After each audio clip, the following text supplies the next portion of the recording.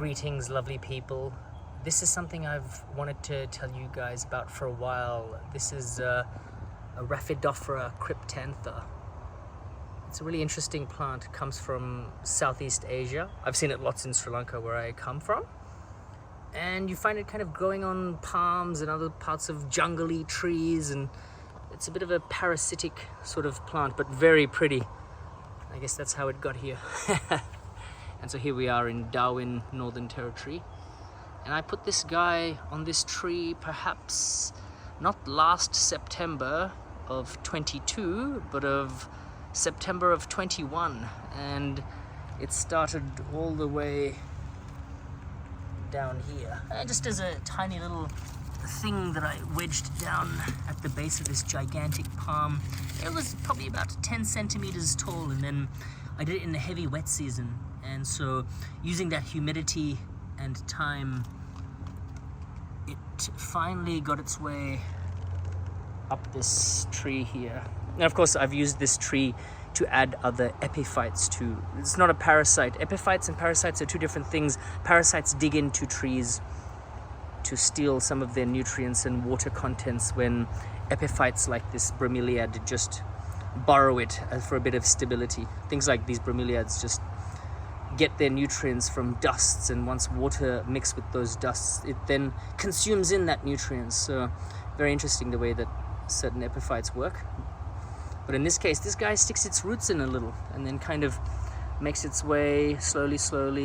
You know, it's kind of going up into quite a well-lit spot up here in this tree here. There's also like a epiphytic cactus traveling up this tree as well. Kind of like a dragon fruit, but this one doesn't have very nice tasting fruits. And you can see where this Rhaphidophora has gone off up here into the tree. It's then hit a really sunny spot.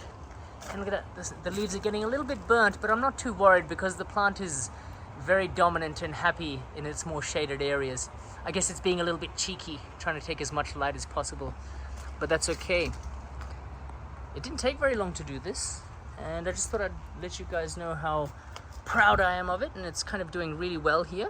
There's also something very interesting that I put here a little bit later in time. It's called a Monstera Dubai. It kind of looks the same, and that's just over here. And this is a Monstera Dubai, and the leaves get bigger as time goes by. And I started it off down here. This one I actually did this September, and has not taken long to produce all these nice newer leaves up here. And so yes, just a bit of a short talk on this little nice interesting plants that grow in the jungle. We can use them to grow up brick walls and other sorts of poles, totem poles, and other sorts of things.